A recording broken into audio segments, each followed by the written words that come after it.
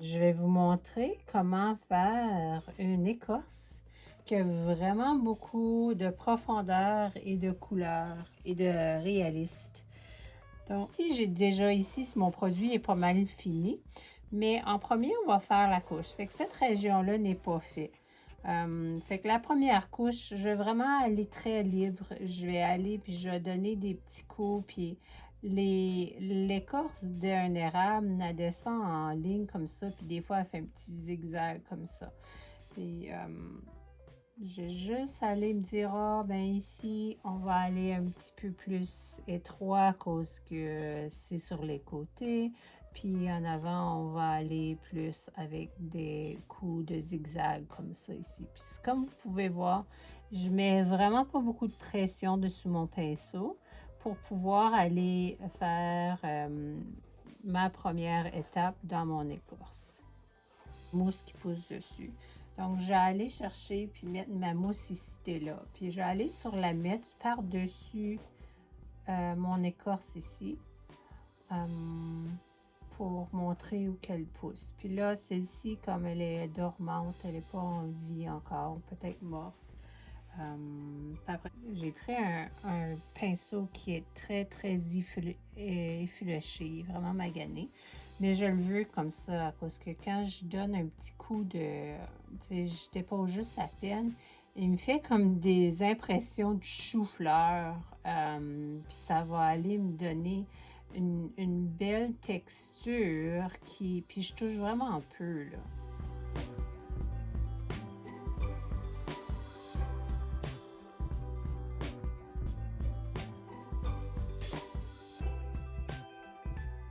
Je vais aller, puis je vais aller chercher un petit peu de brun, cause dans l'écorce, sur les côtés, des fois, on a un petit peu de brun. Et je vais juste toucher ici et là, sur le côté. Juste un brun beige, là. Bon, j'ai fait ça. J'ai hâte d'aller mettre mon jaune, mais j'irai pas tout de suite. Avant, je vais aller, puis je vais aller mettre de la noirceur entre les lignes de l'écorce. Puis on va aller pousser la profondeur de notre arbre. Une ligne que j'ai fait, donc je vais aller. Puis pour dire qu'ici, l'écorce, ça se démanche. Puis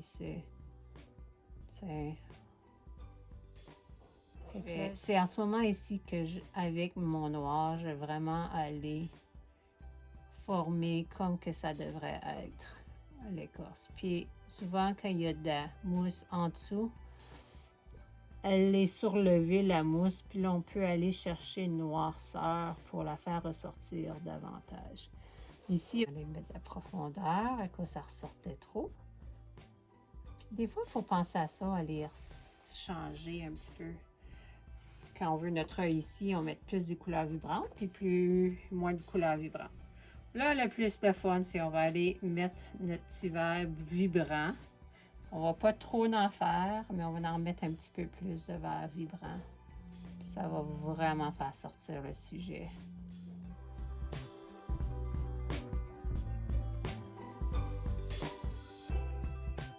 La dernière petite touche finale pour cette écorce pleine de profondeur et de couleur, c'est aller mettre un petit jaune ocre. Je vais aller chercher un autre pinceau pour que mes coups de pinceau paraissent une différente texture. Je vais juste aller toucher ici et là, pas partout. Puis ça va vraiment faire ressortir mon sujet. Puis là encore, il faut pas qu'ils ont l'air toute la même chose, tu sais. Comme les gens sont uniques, ben la mousse est unique aussi.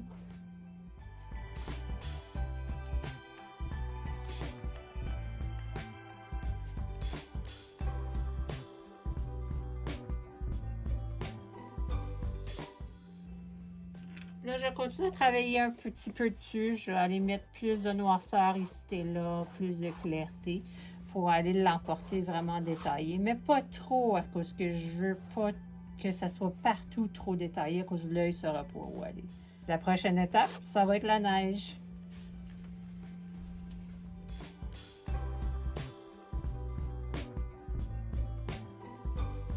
pratiquer comment faire de la neige avec toutes sortes de couleurs et de profondeur dedans. La neige, bien sûr, tout le monde nous demande quelle est la couleur de la neige? C'est blanc. Mais pour le vrai, quand on regarde la neige n'est jamais complètement une couleur blanche pure. Il y a des nuances à cause des couleurs environnantes. Fait que s'il y a un soleil, il va y avoir plein de couleurs dans ta neige. J'ai fait plein de couleurs de blanc. Mais il y en a qui sont des blancs bleus. Là, j'ai des blancs bleus très pâles. J'ai fait un bleu un petit peu plus foncé.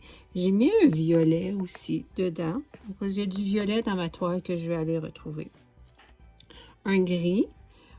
Un blanc bleu, un bleu mauve. Puis après ça, j'ai même été chercher le blanc non blanchi qui est comme un beige à cause de la clarté quand elle frappe dessus. Ça va être utile d'utiliser un blanc non blanchi pour aller chercher nos éclats. Non, on va commencer.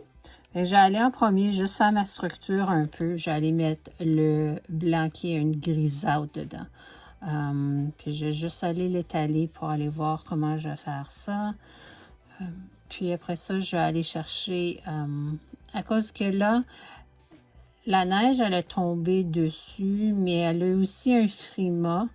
Donc, pour cette raison, la neige n'aura pas tombé comme une grosse épaisseur. Moi, je veux vraiment qu'elle est comme collée dessus. Puis, il y a des places qu'elle est plus collée. Donc, je veux voir un petit peu la noirceur de l'écorce qui paraît en dessous. C'est pour ça que je fais ça de cette façon-ci. Mais à cause que l'arbre, il est vraiment en angle, puisqu'il est en angle, ben, la neige, elle a réussi à rester collée là. Là, il y a des places où il y a moins de clarté, donc je vais aller mettre du bleu dans les petits creux. Donc la clarté ne frappe pas autant, puis ça va aller mettre une belle profondeur dessus ma neige. Je retourne dans le gris, continue à bâtir. C'est ça, j'aime ça bâtir avec des couches. Donc, on met de la peinture, puis on continue à en mettre. Puis, je place mon pinceau, c'est un filbert qu'on appelle en anglais. Je le place d'une certaine façon pour que je puisse utiliser la rondeur de ce filbert-là. Puis, je l'utilise sur le côté large pour vraiment faire de l'application. Je vais aller chercher encore du bleu. Là, ici, il va y avoir plus de bleu à cause des c'est plus caché en dessous.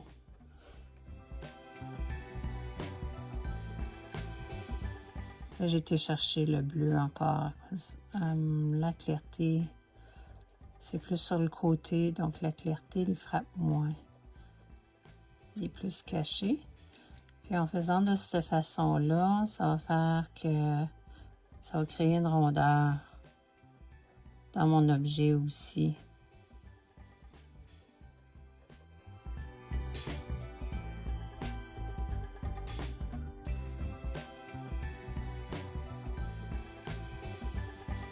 Dernière touche, le blanc, tu veux l'utiliser seulement à la fin de tes sujets. Le blanc, c'est qu'est-ce qui va aller donner un éclat dans tes sujets. Donc, il faut vraiment aller l'utiliser vraiment en petite quantité pour que ça fasse vraiment une belle brillance. Là, je vais aller chercher un petit peu de mauve. Je vais le mélanger un petit peu plus avec le bleu pour que ça aille. Je vais aller mettre le mauve ici là. Puis bientôt, on va aller chercher vraiment le blanc. Je mets une autre couche par-dessus ma peinture.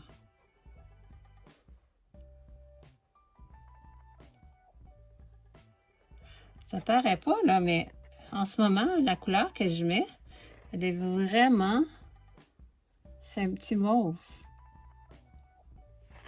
Puis ça paraît même pas que je t'apprends à mettre un petit mauve, là. C'est juste pour dire qu'on le voit.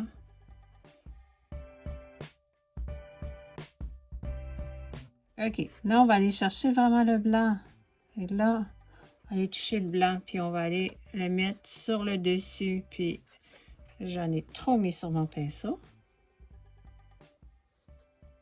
Des petites erreurs, on en fait constamment. Puis là, je vais vraiment les mettre sur le dessus. Puis je le dépose épais. Fait que là, il va y avoir comme la dimension qui va se produire.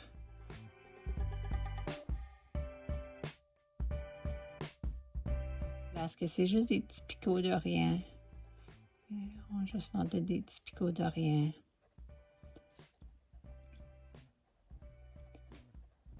Ça, la neige, elle a comme pris la texture de l'écorce en dessous. Tiens, j'ai pas terminé, mais j'allais à la prochaine couleur pour que vous voyez vraiment les éclats. Donc là, si on pense ici, la neige va continuer sur l'autre côté, puis on ne la voit pas. J'allais chercher une couleur plus grisonnée juste ici dans un petit coin. Puis je la continue comme si elle continue l'autre côté. Mais ici, la clarté frappe ici. Donc, je vais aller mettre vraiment mon petit beige. Fait que je vais nettoyer mon pinceau, changer de pinceau tant que ça. Puis là, je vais aller chercher le beige qui est vraiment touché juste pour dire où que la clarté frappe la neige.